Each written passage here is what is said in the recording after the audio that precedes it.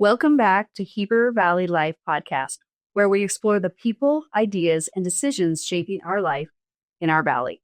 Today, I'm excited to welcome Clayton Vance, an architect whose work spans everything from classical design to mountain modern, and whose influence reaches far beyond individual homes into how an entire community grows. Clayton earned his Master's of Architecture from the University of Notre Dame. Yeah.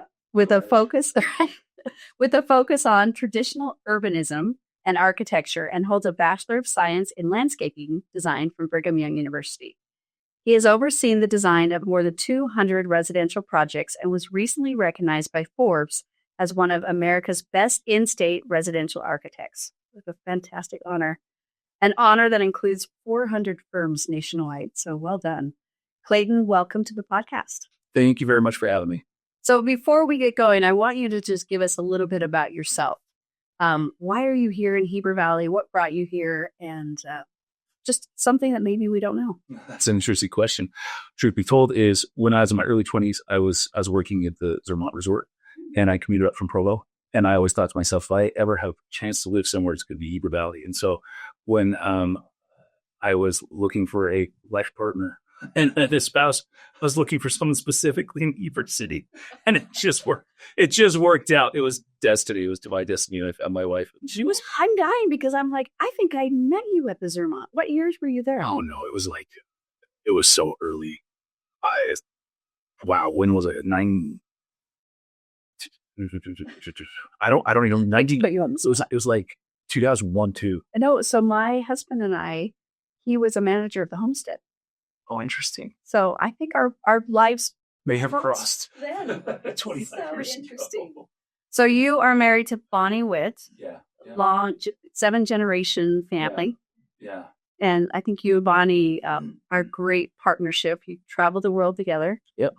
But what I think for me is most impressive is you make each other laugh. Yeah. And you challenge each other in ways that growing up with Bonnie has been really fun to see. Yeah. The funny thing is, so Bonnie's actually funny. Oh, yeah. I'm boring. I am crazy boring. I'll get into architecture talk. You'd be like, what on earth is this guy talking about? So what Bonnie will do is she'll just interject and just come up with a bunch of other random stuff to just kind of not necessarily mock what I'm saying, but put it in a light that everyone else could actually laugh at. Yeah. And so she's a very good partner and balance to my just hyper focus of very specific. Let's just say you can geek out on things, and I've seen that happen a few times. Yes. On certain specific issues. Yeah. Well, I'm really excited to have you here. You have an amazing history of architecture. You've tried to help the city in many ways with codes and creating design code to really elevate our city. But the first question I want to start with is you've worked with a wide range of styles, from classical architecture to mountain modern. Why do you think beauty and style still matter in what we build today? Oh, it all depends on that whole word timelessness, right? So the primary word, most people come to me when they say, give me a home, they'll use timeless as the descriptor to, as their primary intent of what they want to achieve. It's like, I want people when they see this house to not know when it was built. That's the primary thing when people come to me.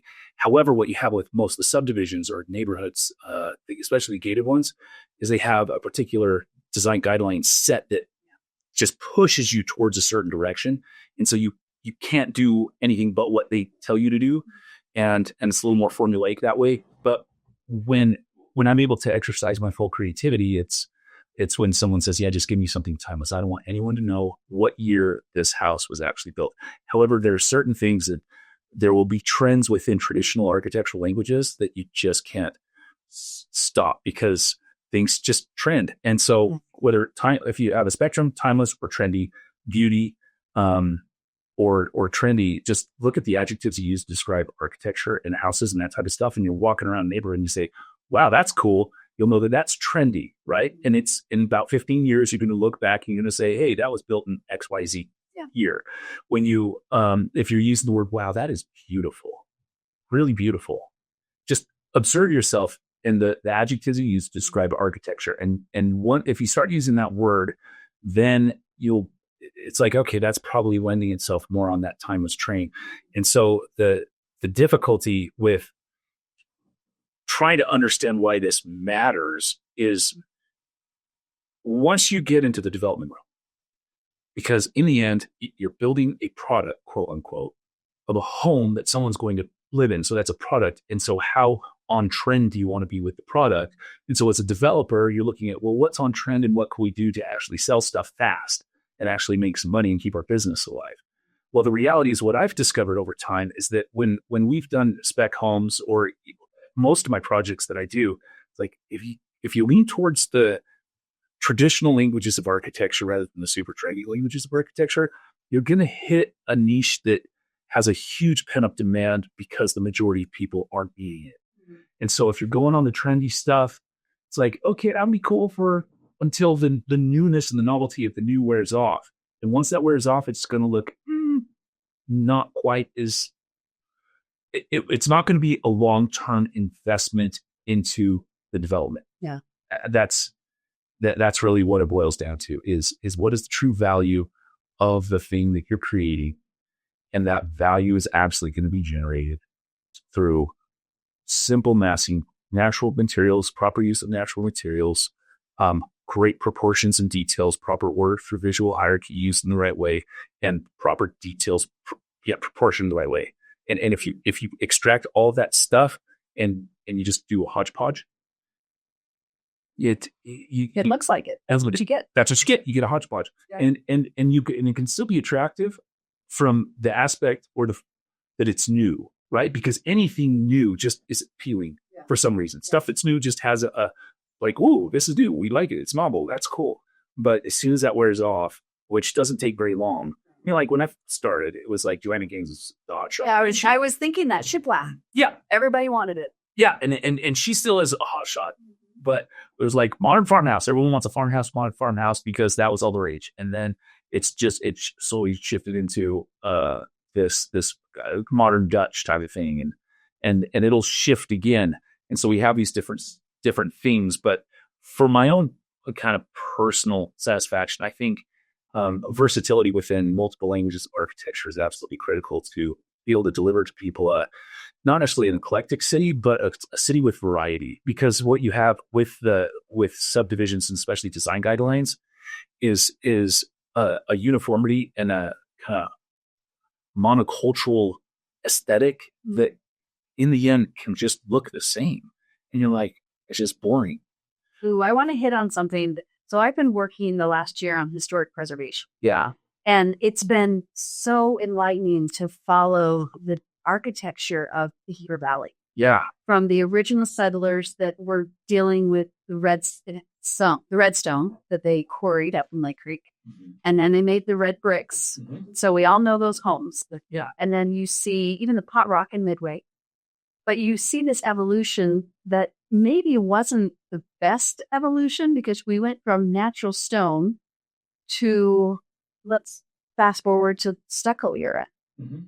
And all of a sudden we're using a lot of synthetic materials instead of natural. And now finally we're moving back into the natural. Yeah. The cost of construction obviously is going so much up. But if you look at just how the valley was built, mm-hmm. from those natural redstone homes to now what we're seeing with the work that you're doing in Midway and other areas, obviously from what you're talking about, it's the evolution of construction materials. What's popular, what's trendy. Yeah. But I want to touch on something you said about how Heber is building out its subdivisions and even gated communities and having these specific requirements. City codes. A lot of people don't think about city codes, especially, until they build something. Yeah. And then all of a sudden they're mad about the code. Yeah. They don't understand it. They're mad at the city. They're mad at politicians that made those decisions. I want to touch on why are city codes so influential when shaping a community? Because you've spent some time there. I have spent some time there. I spent time writing it. I've spent time fighting it. Both of them, right? And I spend time with the frustrations of dealing with these codes every day. and so getting good codes is super important. And and it's really hard because in essence, I have a good friend, Mike Hathorn. He's a zoning guy, big time zoning guy. And he talks about zoning being the DNA that produces the thing that you get. Okay, but let's touch on that because some people don't understand land zones and who's responsible to put those down. Yeah. So let's go back in history. When Heber Valley was settled, was there any zoning code? No, it was no steady. No, it was there was no zoning code. What were the restrictions on terms of what you could or couldn't do, and why would you do what you did? No. In fact, to get the land, you had to pay the person that was outlining, and that was it. You didn't have to buy the land when the first settlers arrived. They just had to pay the cost. The prospector? No, what is it called? I actually don't know that. Yeah. So that's all they had to do. They didn't have to buy the land. They just had to pay someone to measure it out. Yeah, there you go. The surveyor? The surveyor to measure it out. Yeah. And so then why would you design a city the way you designed a city? Why would you design the blocks the way you design the blocks? Why would you put what you put where you put it? Right. Okay. And so that really is the first question to understand. When you begin to look at all the cities, if you're like, you can travel for 3 different reasons. You travel to relax, beach vacation. You travel for entertainment, Disneyland. You travel for culture, really cool cities. Right. And they're almost always historic. You don't go to the Walmart parking lot to take a walk to be like, hey, man, this is just the greatest place to vacation. Some people actually do, right? You take your motorhome, you park at a Walmart parking lot because you have everything right there. Right. You sleep. The convenience factor. The convenience factor. But then you go to your actual destination. Walmart typically isn't the destination. Right. And I'm just using Walmart as a generic term to just describe every like modern big box center type of thing. And so in terms of destinations and why we go to where we go, there's typically a historical framework or DNA that produced it. And so when you look at what was produced and why it was produced, Heber Valley was made because there was no such thing as an automobile. Right. You had to grow stuff. Yeah. Horse and wagon. Whatever you grew, whatever you. So you were bound by foot, and you were bound by horse, and you were bound by resources. Right. And so proximity and connectivity became the 2 primary determining factors in terms of how you organized your city, meaning your communal organization. And so what you want to do is you want to concentrate the businesses into certain locations so that everyone knew where to go to get the stuff they need. Village centers. Right. So you could trade. And if you go down to the southeastern United States, you have town squares with a courthouse in the middle. And anyway, so that's kind of the old Spanish way to do it. Up in New England, you'll have honestly just cow paths, and it's more like England, where you just have these random rural roads that also turn into a church. Yeah, and all we do a church, and then some sort of town square. Right. And then we have the 1789, is that what year was Jeffersonian grid? And so then the grid came out, and it was a very rational Enlightenment way to actually design and just lay out land. Yeah. Very rational. And what's amazing about the grid pattern is that it has an infinite variety of expression with over time, right? As soon as you start putting in cul-de-sacs, right? And so let's go back. Sorry. My mind is in 10,000 different places right now. I love this. And so I'm trying to actually I know where I'm going. I'm just trying to figure out how to get there. So sorry, everybody. Just bear with me here.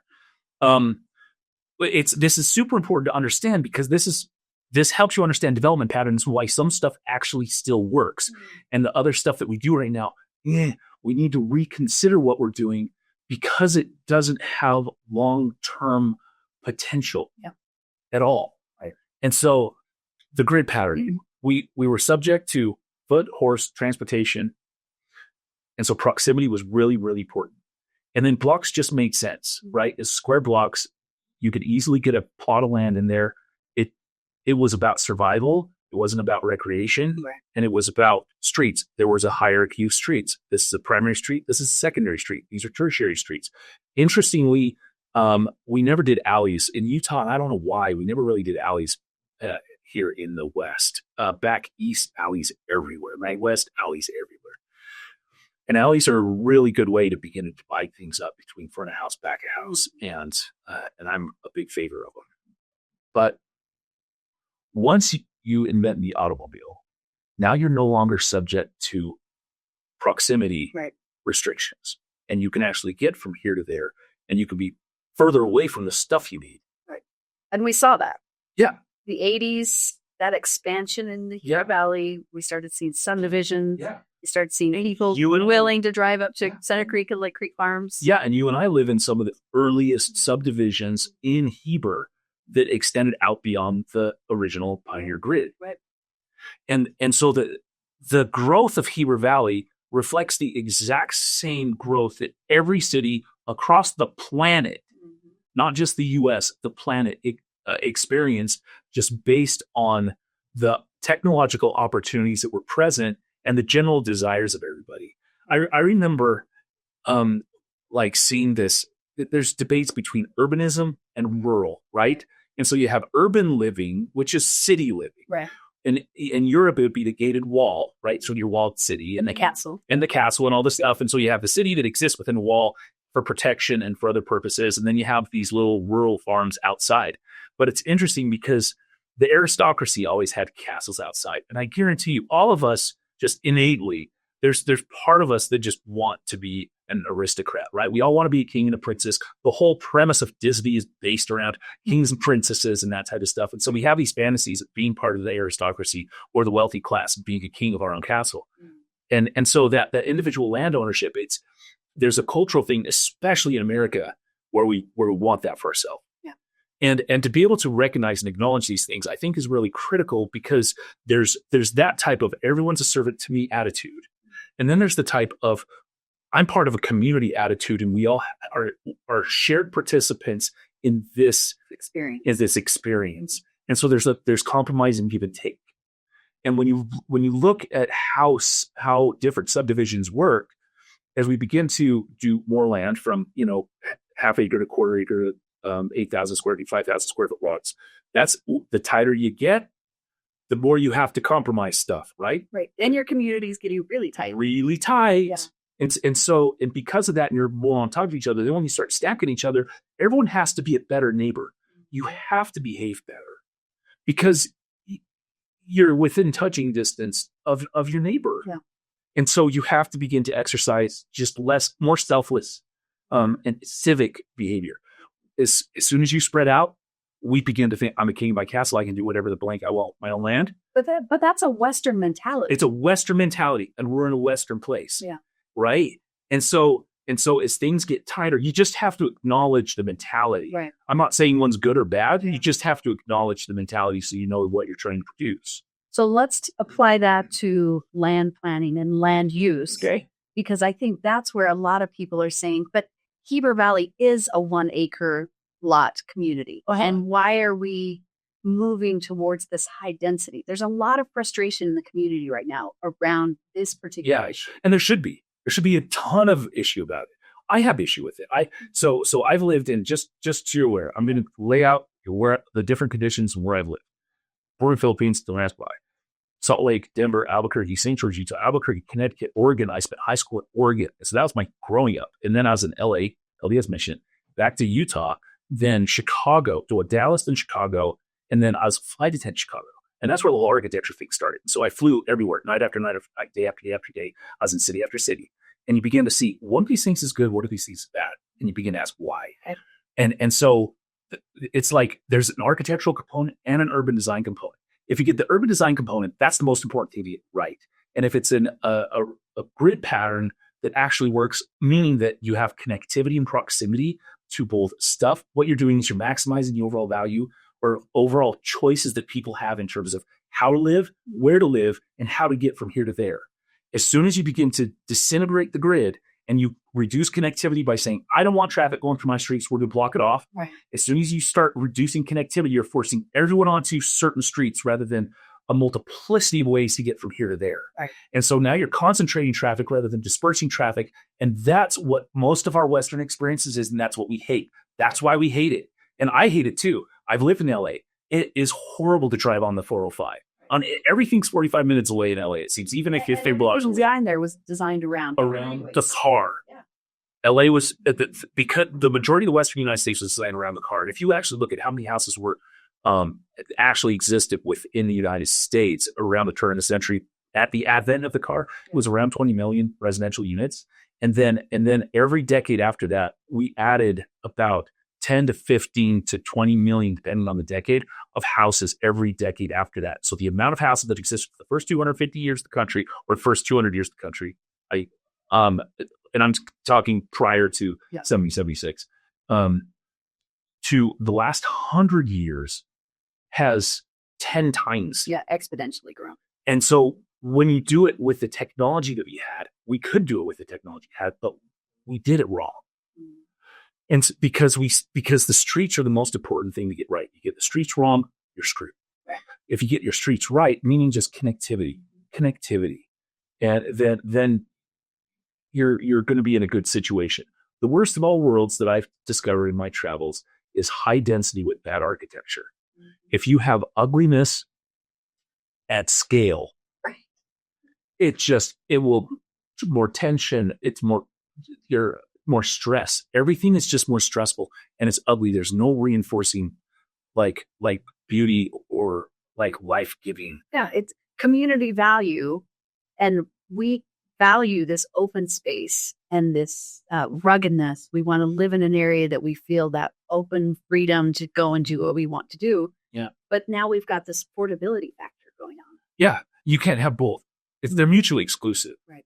And so it's like when you think of England, like all the land, it's like you'll have endless green and then all of a sudden a city, super dense, crazy dense in terms of living conditions. Right.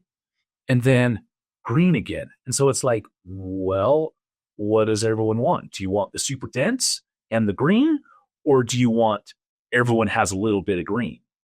But in the West, what we have seen is the subdivisions have rolled out across the fields. Yeah. So I think of Lehigh.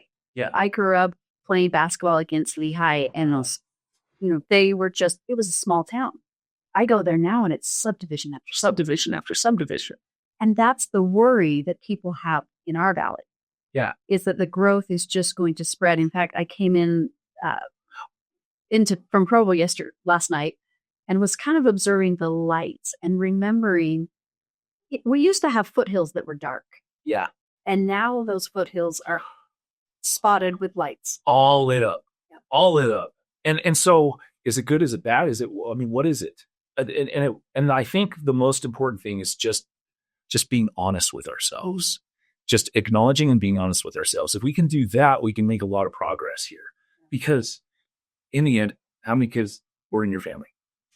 6. How many were in my wife's family? Still live in the area. Yeah. And Bonnie came from a family of 8. Yeah. And so it's like either you have to quit having kids or because somehow if you want no growth, you have to make the city so undesirable that no one wants to be here. Well, and that was the interesting thing. When my family moved here in the 70s, we were very rural. Yeah. There weren't a lot of opportunities for economic growth. You could be a school teacher, you could be a rancher, you could be a farmer, but there weren't a lot of business opportunities and certainly not a lot of money. No. That change has happened as I think businesses have grown, small manufacturing. But I think really watching Park City grow over the last 25 years, and we're getting that spillover on Park City because it's now not affordable, but we also have better views. I mean, Timpanogos is culture's crown jewel. Oh, it's and stunning. So that's what people want to have that experience, and the Four Seasons. So now we have this access to recreation. Yeah. It doesn't matter. You don't have to work in the place that you live because now you live and work somewhere else. Utility commute. Yeah, utility commute. So there's no way to stop growth. Yeah. There's no way to stop it. If you live in a desirable place, it is going to happen. Period. And so people who hate the growth, who want to stop the growth, that hate it. It's like, well, just go move to a place where no one wants to live, middle of Wyoming, and you won't have no one will be there. Yeah. Well, then I don't get my mountains. They're mad about change, though, because they were here first, and the change came to them. Their world didn't change, but yet our valley has changed because it is desirable. Yeah, and life's not fair. Yeah. I mean, that's it. Life's not Life's not fair. Like California, it's like, how gorgeous is California? Look what they did themselves. I mean, and I wrote a paper in English 20 years ago in college about Utah's affair with Los Angeles sprawl is what they called it. Yeah. And it's like, but it's not necessarily Los Angeles. It's our codes. Our codes produce it. Period. End of story. How we've written our code. This is what you're going to get. There's no other choice. Yeah. So let's layer this: land use, yeah, codes, actual construction, and land use is code. Mm-hmm. So code's at the fundamental thing. And if you don't get your code right or your land use code, once again, going back to like historical stuff, they just arranged it in the way they had to arrange it. And so think about it. It's like, imagine yourself, if you're moving in here and you didn't have a car, period. You didn't have a car. Would you live where you live? There's no way. There's no way you could function. You can't function. And we do have a little bit of public transportation, but really it's for the person that, you may have a primary car and maybe it's not available. Yeah. And guess what? I have a car. It's a really nice car and I'm not going to give up my car. I love my car. And I wouldn't expect anyone else to do that either because we now have this technology and we're going to use it because it is provided so much more benefit. But when you're looking at development, what you really do have to look at is, okay, the proximity I have to stuff, meaning stores, shops, commercial opportunity, all the things that you might need. Yeah. If you can't actually do it without your car, you might want to rethink how you're doing it, the arrangement of it. Meaning that if I'm on 5th East, I can still get to the stores without a car if push came to shove. But if I live in Lake Creek Farms and I'm 3 miles out of town, I need a horse. Yeah. But so there was no one ever built on a hill years ago because there's no point building on a hill. You can't farm a hill. You can't farm. McDonald's farmed red ledges for a long time before they sold it, right? But it's very difficult outside of running cattle on a hill to actually have any sort of agricultural. Well, that's why this area was ranching. Yeah. Because even agriculture, it was tough to build the crops. Yeah. Just the climate and everything else. So when it comes to the code, it's so hard to do right because everyone's going to fight against it because everyone's like, I don't want a restaurant or a corner store on my neighborhood. It's like, well, why not? Why not? Because it's different. Because it's different? Mm-hmm. But guess where you went to vacation last year? You went to Nantucket. You went to Charleston. You went to where the corner store exists everywhere. It's like, well, it works there. Why does it work there? There's something that has to do with the relationship between the urbanism, the architecture. Mm-hmm. Because when you look at interior design, the architecture is just interior design on the outside. It's outside design. Yeah. That's architecture. And so when you look at all of the spaces in your house, think about how you ornament them, how you paint them, how you do it. And if it's really ugly, if you put those big giant triangular foam things around all of your wall or make it the most chaotic thing, it would cause you stress, right? And so architecture is that important because it will cause you stress or reduce your stress, depending on how beautiful it is. And you can put it on a spectrum and we can actually define what all that is. But the code is the thing that will drive what you're going to get in the end. And right now, what we get in Heber Valley is purely a function of what we're allowed to get based on the code. Yeah. Yeah. It was interesting when I was on city council. I remember having this thought that developers are building cities. Yeah. And when that happens, there's this pushback from the community because they're mad at the developer because they say, let the infrastructure catch up before you do such and such, not realizing that it's the developer that's actually building the infrastructure. It's the developer putting that road in. That's a requirement of the code. It's the developer putting in the sewer line and the water line. So there isn't such a thing as it's not the chicken or the egg. The developer is the one that's expanding the utilities, the infrastructure to meet the growth. Think of this. Think of the cost. Think of the cost of if I have a 1 mile of street, and on that 1 mile of street, I have like 5 acre lots that are let's say 500 feet wide. And so that'll give you 10 lots down that whole street. And if you put sewer for 10 lots, what's the cost per lot for that infrastructure versus, okay, now if I put apartment building, I'm not going to say apartment complex because I'm fundamentally actually opposed to apartment complexes. I am fundamentally, but guess what? I do design apartment complexes. And so I do what people pay me to do. And I do it the best way I can possibly do it. Yeah. But let's talk about the cost, because the 5-acre lots versus, let's even do quarter acre. Yeah. Because people are more comfortable with that conversion. Yeah. Quarter acre lot. And so you're at, and so if you're at 100 feet wide, on a quarter acre lot, that's going to give you, rather than 10 lots, 50 lots, something like that. I'm not just doing math in my head. Correct me if I'm wrong, but 50 lots down that mile. And so you're dividing up the cost of that for those 50 lots. And so you're dividing up the cost of the infrastructure, right? And so then every additional you add that, it's an incremental decrease of infrastructure cost. And so if you actually put apartment buildings where there's already infrastructure in a gridded city, right, you can actually do that. It's like, this no longer makes sense to be a single family residence. What if we put an apartment building here or a condo here? And it's like, it's a 7-story apartment or a 10-story apartment. Also, I fundamentally actually also disagree with anything that you can't walk up and down without an elevator. And so your city should. That's just because we're aging. Yes, exactly. And so if you feel comfortable walking up 7 stories, that's a tall thing to walk up every day.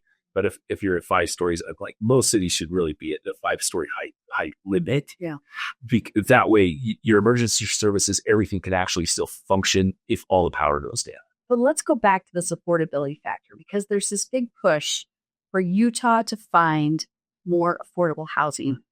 And so then how we do that. Governor Cox came out and said more.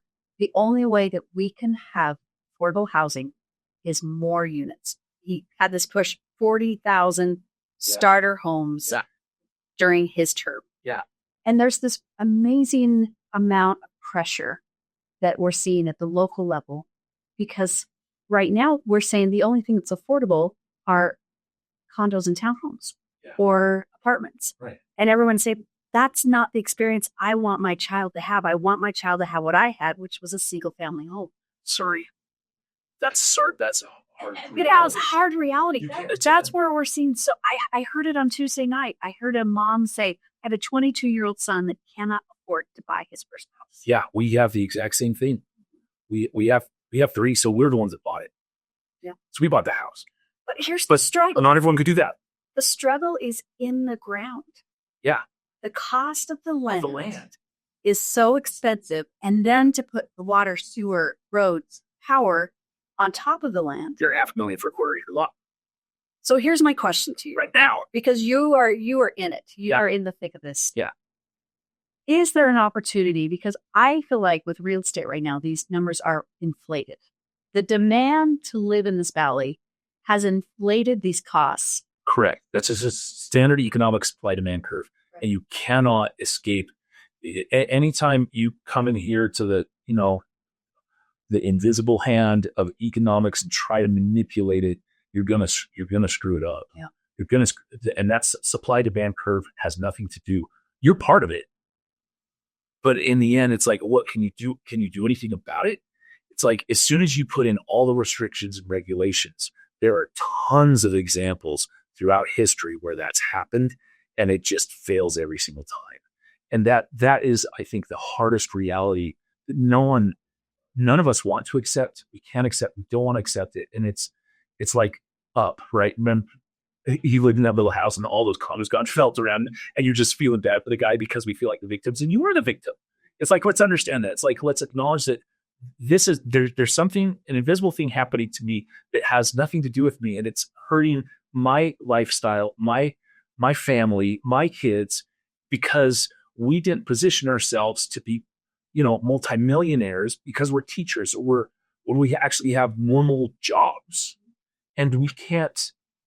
We're managers at the golf course, but we can't live here because of the desirability of the valley. And we have every person who made millions and millions of dollars all around the world who are from Utah coming back to Utah. I I design their houses. Love you guys. Thank you for the work. It's awesome. And I make beautiful things for them coming back. I can't afford that. Yeah. So here's what I want to understand, though. We have this major tension between single-family homes and multifamily homes. You own a property downtown that has multiple families living in a single-family home. Yeah. You've talked about wanting to convert this to actually provide housing, respectable housing for families. Yeah. How do we do that from a design standpoint? How do we do that in a community where the land is expensive if there's a need for housing? It once again, it's an economic factor. The numbers have to work. If the numbers don't work, it's never going to happen unless you actually do incentives and subsidies. And so the incentives and subsidies have to be managed in ways so that everyone is properly benefiting in the long term, and it doesn't purely just benefit the developer. Because in the end, a single family residential owner like me of a lot downtown, and it's a triplex that is not current. I guess it is zoned properly now. But it took some work. It took some work, but I'd like to have it zoned. But what I want to do is a commercial building on one side and then townhomes down the side, which we can only fit 3, I think. And I love townhomes rather than stacked, just because having that privacy above and below you, I think, is a lot more pleasant than side to side. And I think I said that wrong. But how do you do it? The stuff that looks nice, once again, going back to this idea of beauty. The worst of all worlds is doing ugly stuff that's, however, beauty costs money. Natural materials cost money. Architects who could actually produce stuff that really is timeless and beautiful and actually reflects the historical nature of Heber Valley and the architecture of that, it costs money. And so it just makes things more expensive. But it's just compounding the problem. It's compounding the problem. And so how you do it there, I'm trying to solve the problem by, okay, how do you answer this? When it comes to traditional architecture works because when you think of an entire a street, the closer the houses are together. Okay, back up once. The developer of the Highlands, down over by Cascades, just above the golf course. He asked me, what sort of design guidelines should I put in here? I'm like, none. The people who can afford these lots can afford great architects, and the houses are on 5-acre lots. They're not even remotely close to each other. It's going to be epic. Let the market determine the style. As soon as you get to 1-acre lots, it's like, okay, you might want to put some design guidelines in there because now things have to, you're putting a street composition together, not just a building composition together. But what do those design guidelines look like? How uniform is it going to be? And I have a big complaint about some that are too uniform. And then as you get tighter and tighter and tighter with the architecture in proximal relation to each other, the tighter those design guidelines have to be, because now you're doing a street composition, not a building composition. And then what's the language that all those things are speaking? If you have traditional architecture, you can absorb a really modern building every now and then because it begins to be this novel thing and a standout, whereas you have foreground buildings and background buildings. What's the architecture in foreground building versus background building? Modern architecture is designed to be foreground buildings. All of it is a foreground building. It's, hey, look at me, because of just the nature of how it's composed and the materials that it's used. In traditional architecture, you have background buildings. And this is very easily, you can see this in downtown Heber.